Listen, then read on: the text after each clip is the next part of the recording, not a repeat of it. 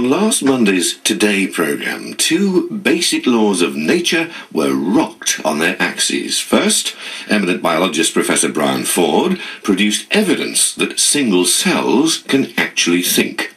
And second, and prepare yourself for this, James Naughtie was actually lost for words at the thought.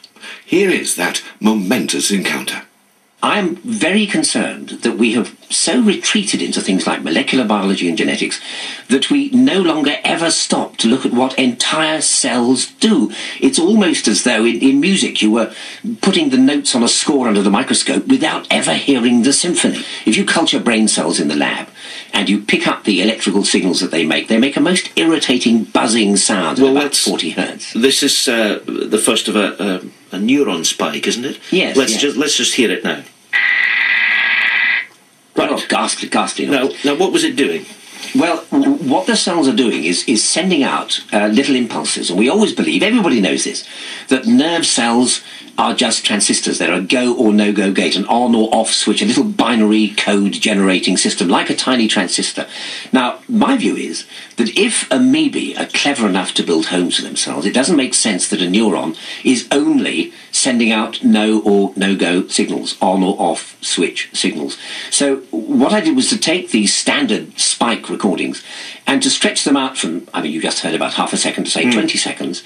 And at that level, you can actually hear what is going on inside each spike. Each spike is more or less the frequency of the human voice. And so for the very first time, you can actually hear the utterances that one nerve cell is making to another. And this rather haunting sound is almost like, I think, seabirds on a cliff talking to each other. Let's hear it.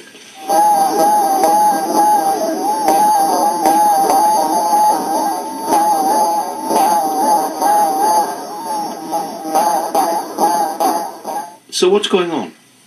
Well, we always tend to teach these days that thought and data processing in the brain goes on at the synapses, the junctions between brain cells. I don't believe that. I believe that thought is going on within the nerve cells. The nerve cell is the most highly evolved cell that we know, and it cannot just be switching on or off like a transistor. I don't see us, you see, as bodies divided up into cells. I see us as great communities of independent, almost free-thinking cells that come together to produce the effect that we know of as human life. Well, Jim, you've gone suddenly almost speechless, which I have to say is uncharacteristic for you. Well, no, I just, after a description of what is the nature of life, it's a question of where you go next, really. Well, let me help Jim out of his moment of scientific laryngitis by moving on to a programme I know he'll like, because it's all about books and authors, Radio 4's literary quiz, The Right Stuff. Last Monday's